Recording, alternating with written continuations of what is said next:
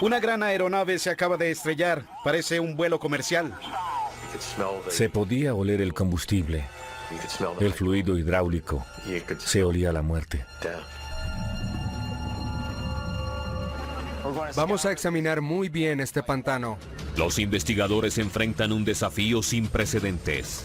Lo primero que pensé fue, ¿cómo lo haremos? Depende de Greg Fate y su equipo averiguar por qué el vuelo 592 de ValueJet estalló en llamas. ¡Fuego! Pocos minutos después de despegar. Pongámonos en marcha. Tenemos un incendio. Casi destruye las instalaciones. El secretario de Transporte y el administrador de la FAA perdieron su empleo debido a este accidente. ¡Estamos en llamas!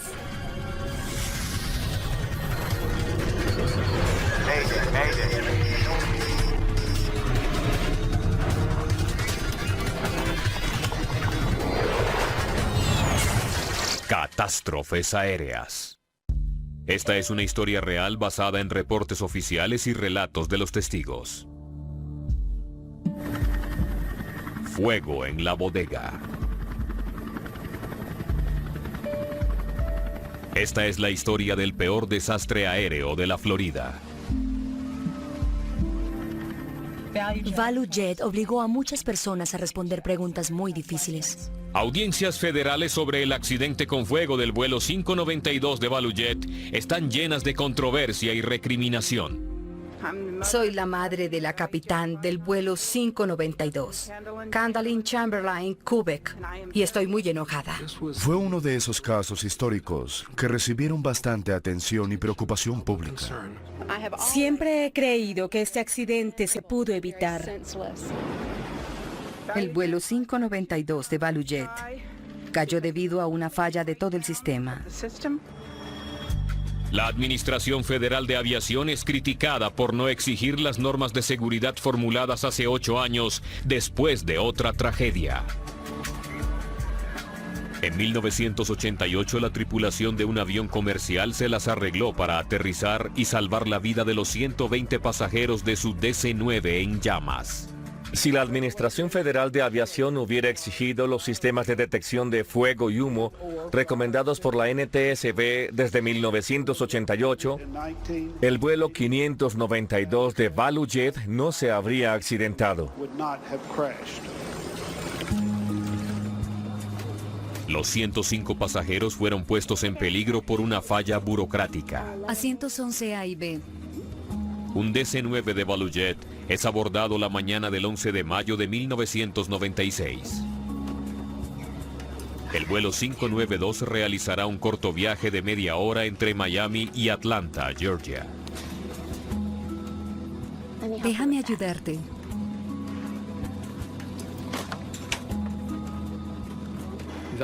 ValueJet fue una de las primeras compañías de bajo costo. La gente, en lugar de conducir, tomaba estos vuelos económicos cuyos aviones estaban decorados con dibujos animados.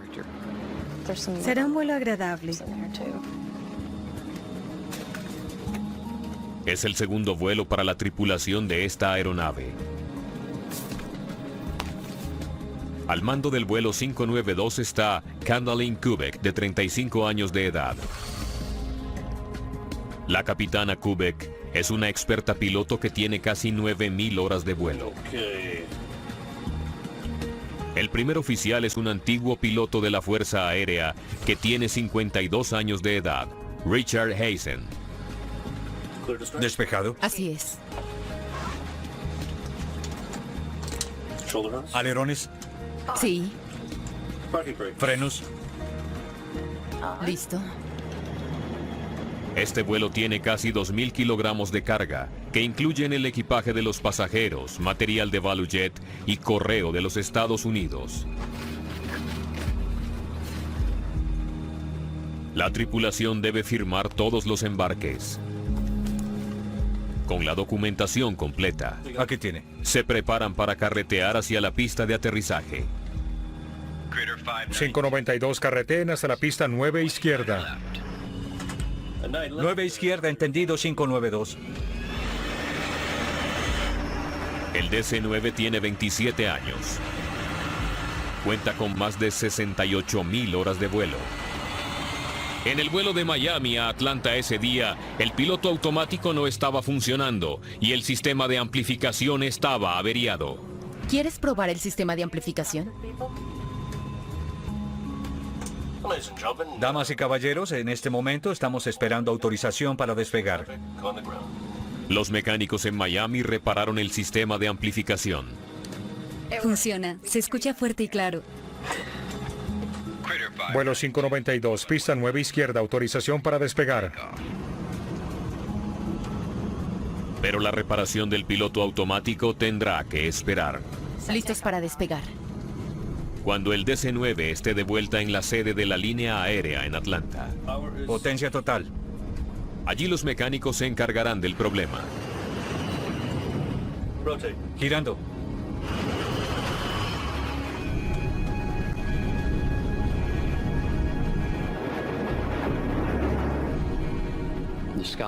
Ese día de mayo el cielo estaba tranquilo y todos deseaban llegar a casa. Aumentando. No hubo ningún presagio negativo para ese vuelo. Preparados. Sin el piloto automático, los pilotos deben operar manualmente la aeronave en su vuelo de regreso. Es un inconveniente que no es tan inusual y tampoco inseguro.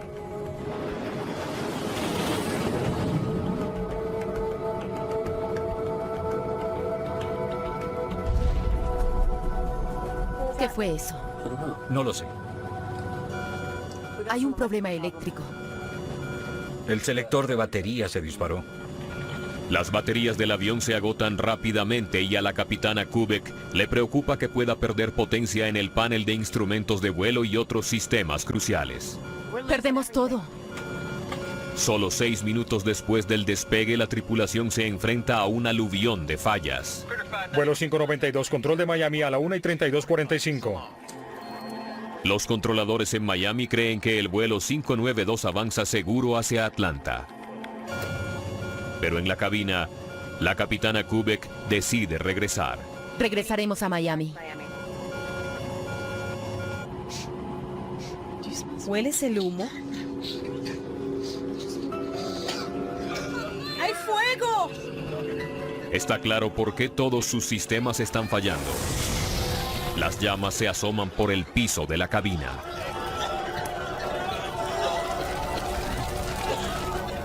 Pedimos permiso para regresar.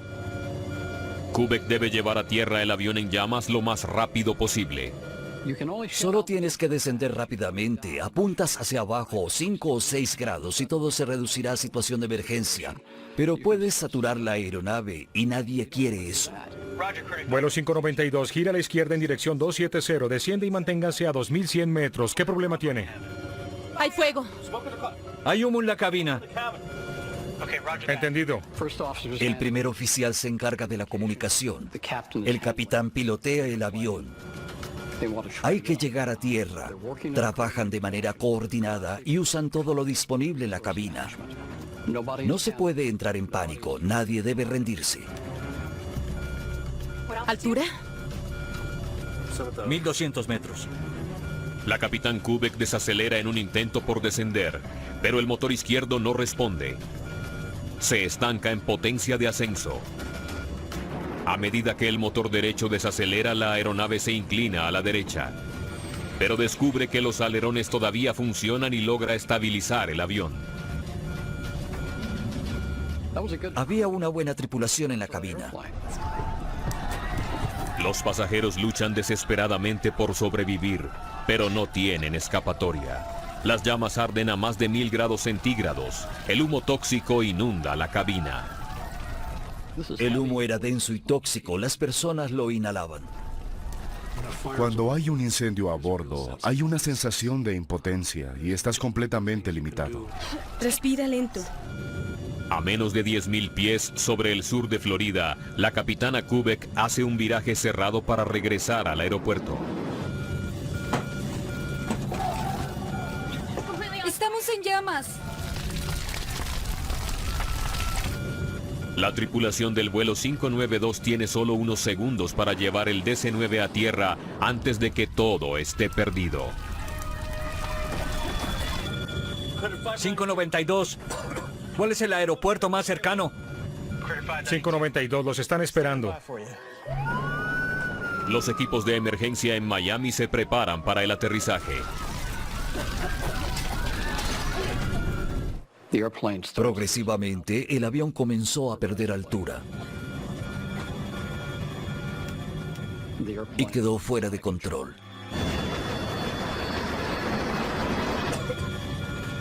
La solicitud del primer oficial de un aeropuerto alterno son las últimas palabras que escuchan los controladores. El DC-9 cae en picada a más de 700 kilómetros por hora.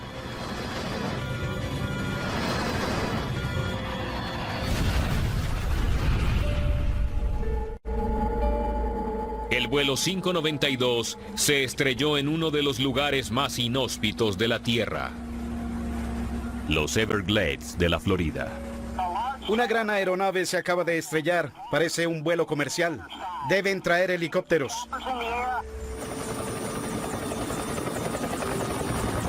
Los Everglades cubren gran parte del extremo sur de la Florida. Cientos de kilómetros cuadrados de pantano poco profundo, manglares y praderas acuosas. Solo llegar al lugar del accidente será un gran desafío para los rescatistas.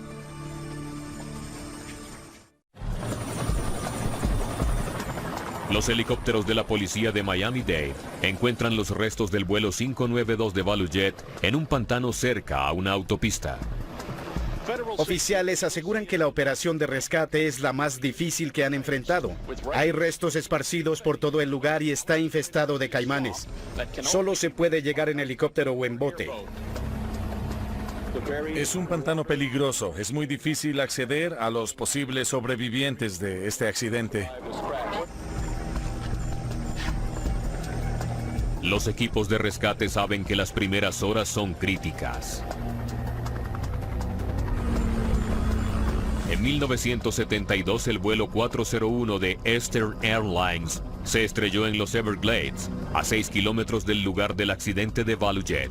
Varios pasajeros se ahogaron antes de que los rescatistas pudieran alcanzarlos. Después del accidente en los Everglades, todo era devastación, destrucción. Se podía oler el combustible, el fluido hidráulico. Se olía la muerte. La mayor parte de la aeronave está sumergida bajo la superficie del pantano. Los escombros estaban en los Everglades. Es un ambiente hostil. Y en ese momento no estaba claro qué tanto se podía recuperar o descubrir de los escombros. Nos preparamos lo mejor posible. Nos ponemos un traje especial y luego lo aseguramos. Guantes quirúrgicos y un par de guantes de trabajo. Luego los aseguramos con cinta al traje. El equipo protege a los rescatistas del combustible derramado y de otras toxinas. Pero bajo la superficie del pantano se esconde una amenaza aún más letal. Debían tener un francotirador en la parte superior del bote. El lugar del accidente es una zona donde anidan los caimanes.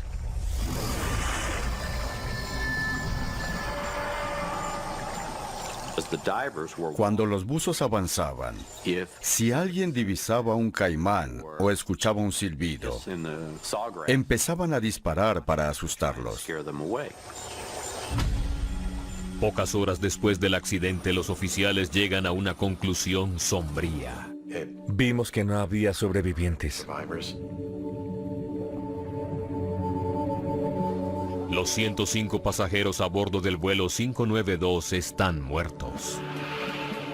La capitana Kubek, el primer oficial Richard Hazen y los 3 asistentes de vuelo también fallecieron. Creo que identificarlos será muy difícil, si no imposible. No hay evidencia de la aeronave ni de los pasajeros, solo restos del avión. Debíamos comprender lo que estaba sucediendo.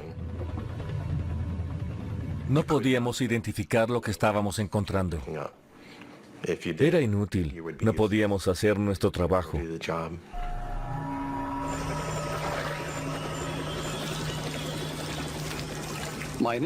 Mi reacción en una situación como esa fue de ira. Solo dices, ¿otra vez? ¿Cómo puede suceder? ¿Qué pasó? ¿Por qué? La mañana después del accidente, los investigadores de la NTSB se unen a los agentes de la policía local y a los agentes federales. Saben que los pilotos del vuelo 592 reportaron humo en la cabina. Ahora necesitan averiguar qué lo causó. Muy bien, vamos a trabajar. El equipo está liderado por el veterano investigador Greg Fate. Hay que retroceder, tomar aire y determinar prioridades. ¿Qué tenemos que hacer? Y después usar los recursos disponibles para cumplirlo. Comienza el espectáculo, aquí vamos. Dejaré que Greg responda a eso. Creo que no hay manera de saber si los pilotos estaban conscientes al momento del impacto. Pensé, ¿cómo vamos a lograrlo? Fate enfrenta a una intensa presión para encontrar respuestas y rápido. I'm determined to do everything I can to make sure that American aviation is the safest in the world.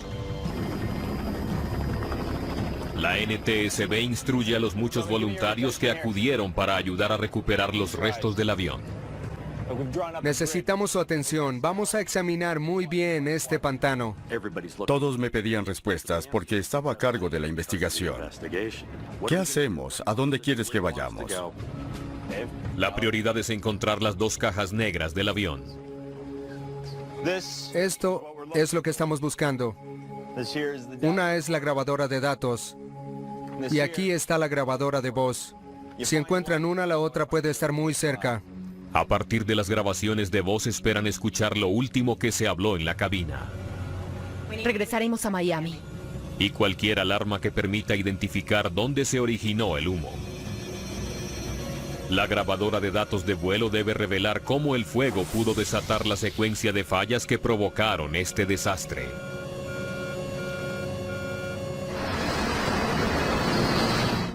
Cada caja contiene pistas que podrían ayudar a descubrir la causa del accidente. Si encuentran algo, hágamelo saber.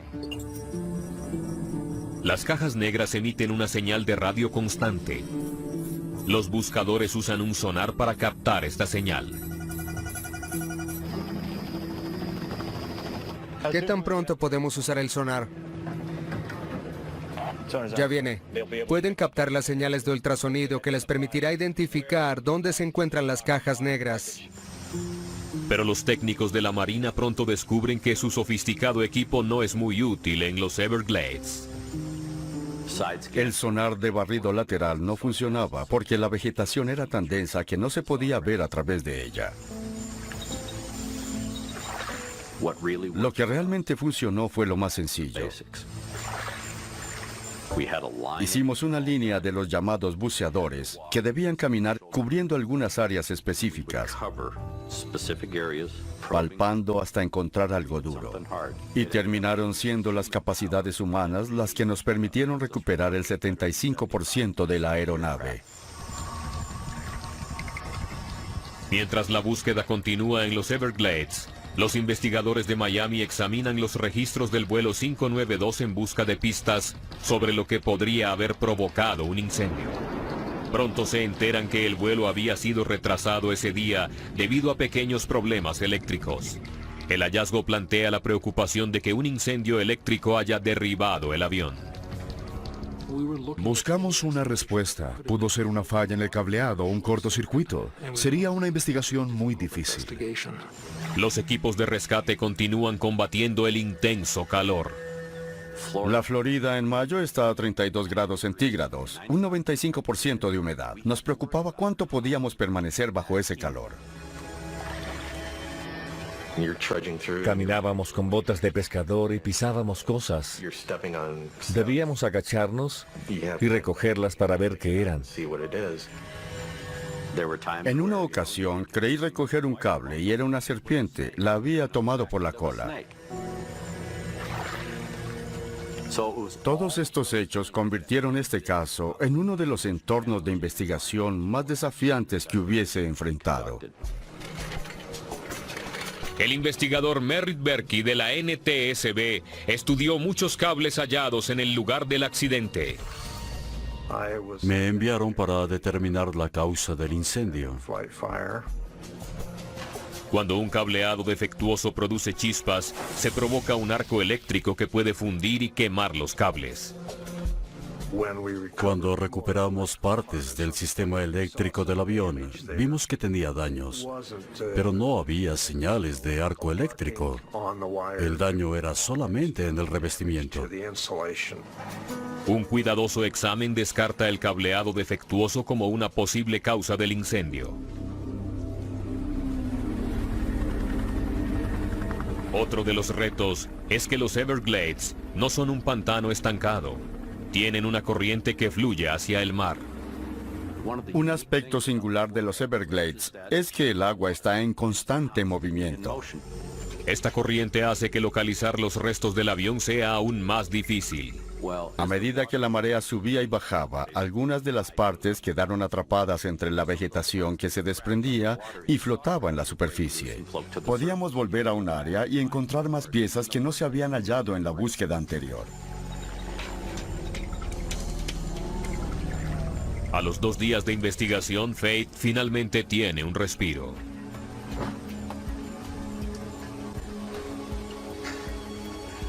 Muy bien. Encontramos la caja negra. Estaba ubicada en el fondo lodoso, parcialmente sumergida en 1,5 metros de agua. Uno de los hombres de rescate del departamento de bomberos hacía su recorrido y tropezó con una de las cajas negras. Todos los investigadores que se encontraban allí se acercaron apenas se extendió el rumor de que se había hallado una de las grabadoras. Los oficiales no perdieron tiempo y salieron del pantano en un auto y luego en un avión rumbo a Washington. El antiguo DC-9 estaba equipado con una grabadora primitiva. Se registraron solo 11 parámetros de vuelo en comparación con los cientos que graban las unidades modernas. Pero a la mañana siguiente, cuando Faith estudia los resultados preliminares de Washington, se encuentra una pista de lo que pudo ser el origen del incendio. 800 atmósferas en 3 segundos. Es imposible. La grabadora registró un aumento repentino en la presión del aire.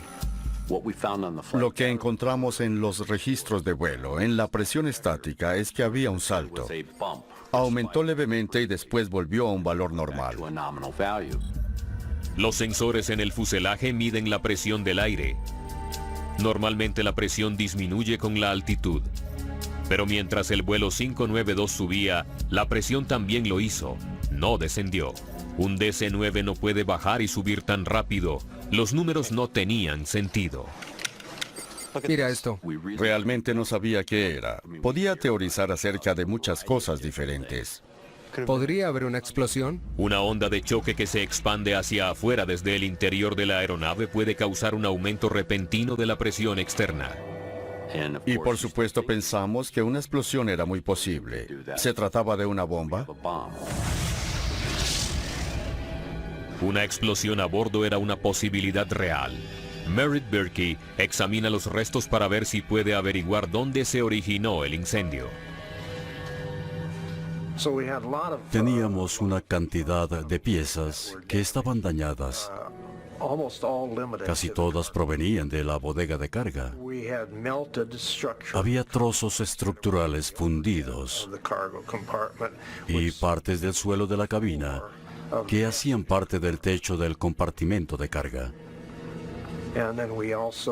También había algunos asientos quemados, de tal manera que se pudo determinar que el calor fue intenso en la zona superior de dicha estructura, en el lado izquierdo.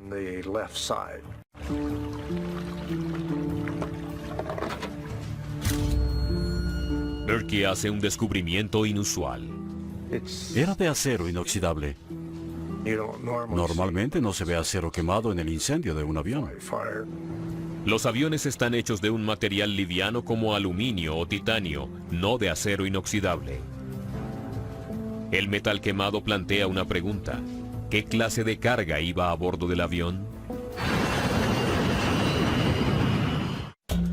El investigador Malcolm Browner debe saber exactamente qué tipo de carga transportaba el vuelo 592 de ValueJet. El grupo de operaciones comenzó a preocuparse cada vez más por la carga del avión y las implicaciones que pudo tener en el accidente. La documentación de carga menciona 3 neumáticos de avión y 5 cajas de botellas de oxígeno vacías. El grupo de operaciones encontró que el manifiesto mencionaba tanques de oxígeno vacíos en la carga. Este documento había sido firmado por el primer oficial. Aquí tienes. Cuando Greg Fade estuvo disponible, se le informó. Material de la empresa, 3 ruedas de avión y 5 cajas de piezas. Malcolm es piloto, comprende de aviación. Es un sujeto inteligente. Es el contenido de las cajas que me confunde. 144 tanques de oxígeno vacíos. ¿Cuántas? 144. Un recipiente de oxígeno es una botella verde muy grande que suministra oxígeno a la tripulación de vuelo y a los pasajeros. Eso es imposible. No caben tantas en un avión.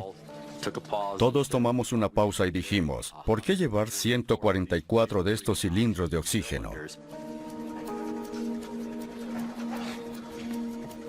Malcolm hizo una pregunta inocente. ¿Qué significa tanques de oxígeno? Y eso provocó que los investigadores pensaran y dijeran, tenemos que averiguar qué es lo que quiere decir.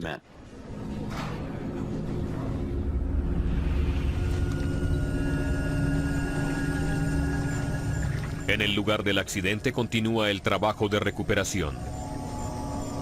Los escombros incluyen docenas de cilindros de metal que no pertenecen al DC-9. Los investigadores ahora entienden qué había en las cajas que aparecen en el manifiesto de carga. Nos dimos cuenta que no eran latas, sino generadores de oxígeno.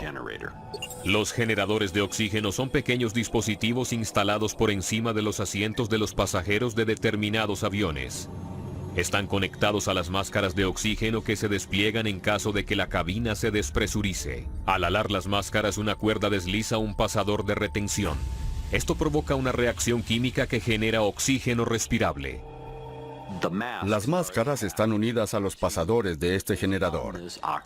Ese es el suplemento de oxígeno que fluye hacia la máscara. Los investigadores se preguntan si los generadores de oxígeno que se encontraban en la bodega pudieron haber originado el incendio.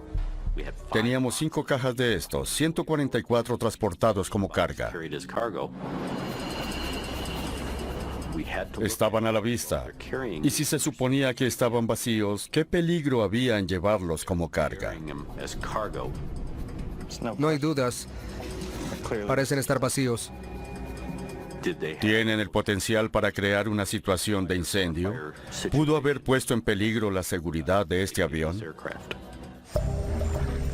Mientras los equipos de recuperación continúan recogiendo generadores de oxígeno del fondo de los Everglades, encuentran que aunque algunos están de verdad vacíos, este nunca ha sido activado. Muchos otros están llenos. Los generadores de oxígeno que encontramos estaban dañados. Algunos fueron arrasados por completo, estaban carbonizados y aplastados. Otros aún tenían el material en su interior, pero se habían dañado. Es la temperatura de los recipientes después de haber sido activados lo que les preocupa a los investigadores. Esto se pone muy caliente, Greg. Pueden alcanzar 260 grados centígrados. Por eso en la cabina se mantienen detrás de un escudo resistente al calor. Un generador de oxígeno que no se almacena en el compartimento disipador de calor puede ser letal en una cabina de pasajeros. Porque si se acerca a un material combustible, se origina fuego. Ahora parece que químicos altamente volátiles fueron embarcados de manera indebida en el vuelo 592. Si los pilotos hubiesen sabido lo que estaba a bordo, probablemente no habrían firmado el manifiesto. Aquí tienes. Ellos y los 105 pasajeros estarían vivos.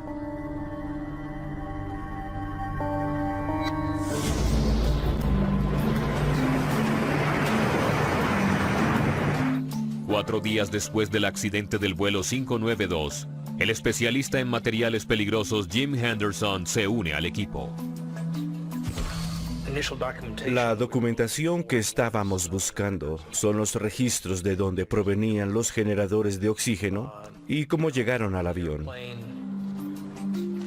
Henderson revisa el historial de la flota de ValueJet. Descubrimos que ValueJet había comprado 3 aviones a otras compañías. Creo que sé de dónde vienen. La orden de trabajo de ValueJet para estos aviones debe contener las fechas en que salieron los generadores. Los generadores de oxígeno tienen una vida útil. Para cumplir con las normas federales de seguridad, los generadores que excedían la fecha en los aviones recién adquiridos debían ser reemplazados. Ese trabajo le fue encargado a una empresa llamada SaberTech. Hablamos con el personal de mantenimiento para averiguar cómo fueron manipulados. Gracias.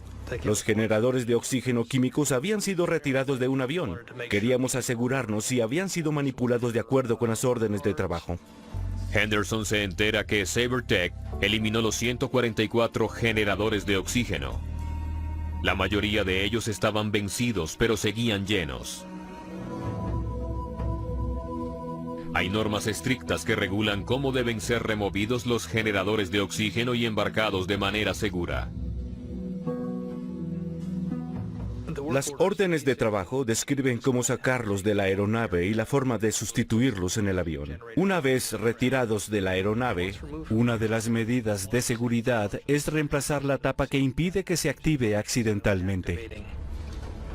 Dice que hay que poner las tapas de transporte. ¿Tenemos algunas? Muchos de los mecánicos se dieron cuenta de lo peligrosos que eran. Reconocieron la necesidad de las tapas de seguridad y varios de ellos aconsejaron a los supervisores de la necesidad de usarlas. Son como esta. ¿Has visto alguna? No, ellos no tenían y no puedes retirarlas de los nuevos. Henderson se entera de que no tenían las tapas de protección, así que los mecánicos de SaberTech improvisaron. Los encargados del mantenimiento no tenían las tapas de seguridad. Otro aspecto que se menciona en la orden de trabajo es envolver las cuerdas alrededor del generador. Otros encargados de mantenimiento aseguraron que no era necesario y retiraron las cuerdas, dejando libre el contenido del generador. ¿Etiquetaste los generadores? Los saqué y les puse una etiqueta verde. En las etiquetas los trabajadores de SaberTech escribieron la palabra expirado. Lo que los investigadores aún no saben es cómo los 144 generadores de oxígeno terminaron un par de semanas más tarde con los pasajeros del avión. Debieron ser eliminados. Las normas exigen que deberían ser tratados como residuos peligrosos. Cuando los investigadores de SaberTech entrevistan al personal de embarque, se enteran de que los generadores estuvieron en el hangar durante semanas. SaberTech tenía un cliente nuevo y quería limpiar el área para ellos y ofrecer una buena impresión de su empresa. En lo que a ellos concernía, era material de ValueJet y por lo tanto debía ser devuelto a ellos. Los investigadores descubren que los generadores potencialmente peligrosos estaban en el vuelo 592 debido a un malentendido sobre una sola palabra: expirado. ¿Alguien cree que vencido significa vacío?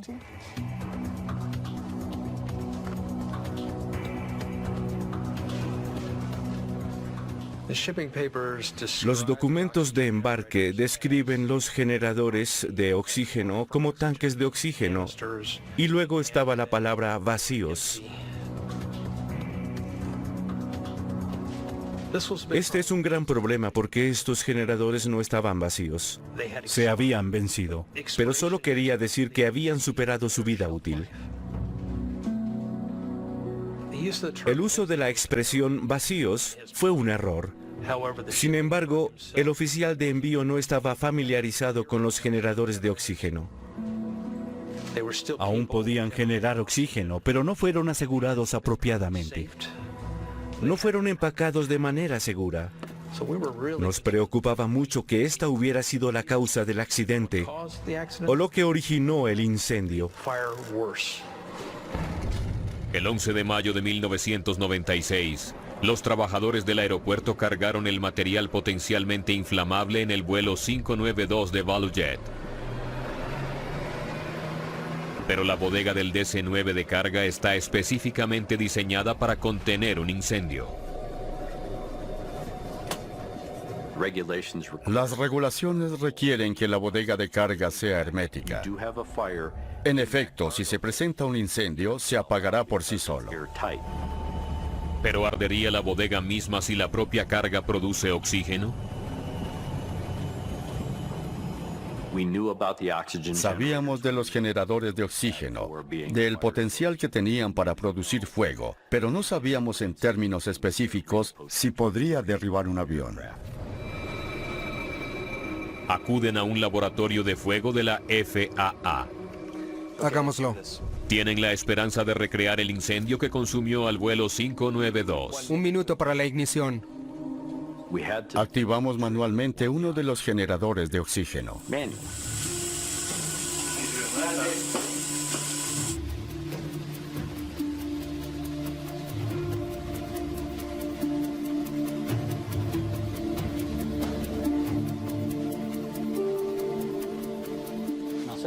Nada. En realidad, no se produjo fuego. Un generador de oxígeno activado no es suficiente para incendiar la caja de cartón que lo contiene. ¿Cómo se originó el incendio? Los investigadores de la NTSB están de nuevo como al principio. No pueden probar su teoría.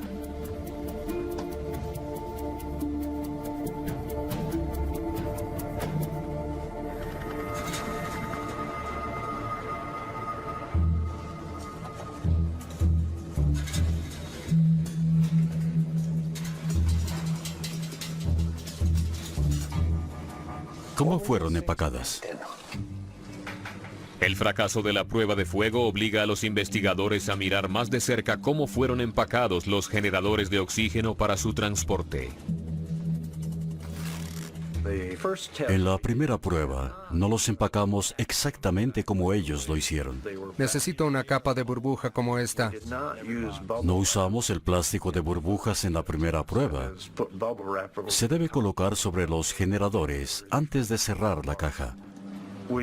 Pusimos 5 cajas de generadores de oxígeno encima de un neumático.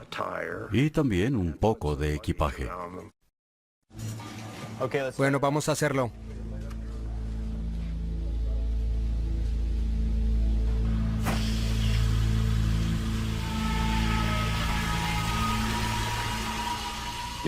Hizo un ruido increíble. Fue como un grito agudo.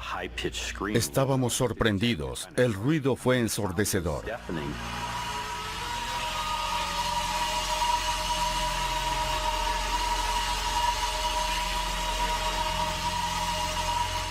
Diez minutos después de la ignición, el techo del contenedor de carga alcanza los 1100 grados centígrados. Dios mío. Casi destruye las instalaciones. Después de 11 minutos se excede la capacidad del equipo de monitoreo. Muy bien, vamos a apagar ese fuego. El fuego fue de gran proporción. Ninguno de nosotros esperaba que se incendiara de esa manera. Fue increíble ver el desastre que causó. Nos asombró lo desastroso, lo peligroso que algo de este tamaño podría ser. El experimento respalda la teoría de la NTSB. Generadores de oxígeno embarcados de manera inadecuada causaron el accidente del vuelo 592 de ValueJet. Incluso en un contenedor de carga hermético, este tipo de fuego abrazó y derribó el DC-9. El problema con el vuelo 592 es que se venció la capacidad del contenedor de carga D, porque a pesar de que es hermético, había 144 fuentes de oxígeno en ese contenedor.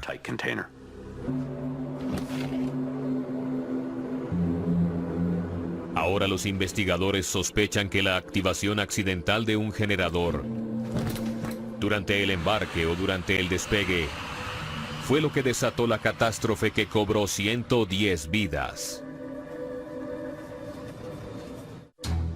Con la ayuda de las grabadoras de los datos de vuelo, fueron cargados después de las 1300 horas.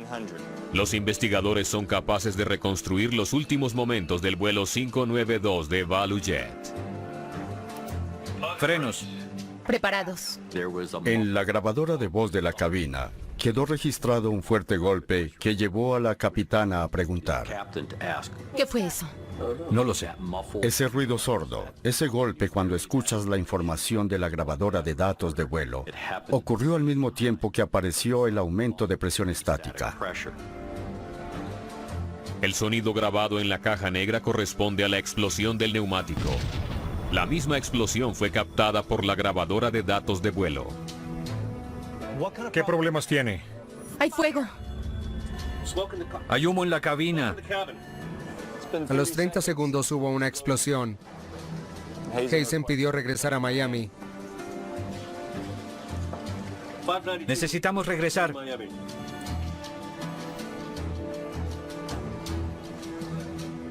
Escuchamos ruido de fondo. La azafata se escucha por encima de todos. Estamos en llamas.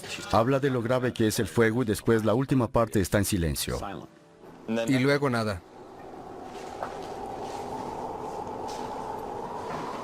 No hay interacción entre la tripulación. No hay conversación. No hay comunicación verbal. Solo se escucha el sonido del viento.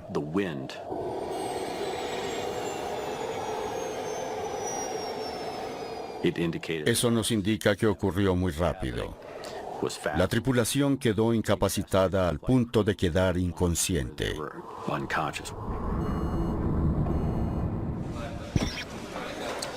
El fuego solo tardó 3 minutos y 42 segundos en derribar el avión.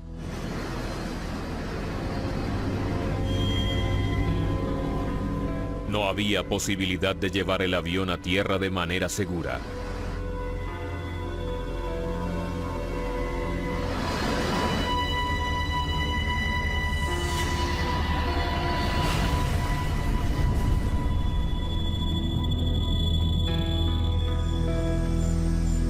Como consecuencia del accidente, la FAA canceló la licencia de ValueJet indefinidamente. La Junta de Seguridad de Transporte recomienda un mejor entrenamiento para los empleados que manipulan los generadores de oxígeno. No había delincuentes con máscaras. Todas las personas hacían lo mejor posible, trabajaban. La NTSB también renovó la orden que había emitido 8 años antes de instalar detectores de humo y extintores en las bodegas de carga de los aviones de pasajeros. La FAA cambió de actitud después del accidente de ValueJet y declaró que los sistemas de alerta y de supresión de incendios debieron estar instalados hace mucho tiempo. Es un infierno. Eso fue lo que vivieron esas personas. Nuestros seres queridos están muertos porque esta aerolínea no hizo su trabajo. Es el clásico comportamiento. Cuando se hace el recuento de cadáveres, es lo único que impulsa a los organismos a actuar. El secretario de Transporte y el administrador de la FAA perdieron sus empleos debido a este accidente. Fue una lección importante. Y es lamentable que se produzcan estas pérdidas, pero gracias a este caso, se hicieron grandes cambios en la industria para asegurar que esto no vuelva a suceder.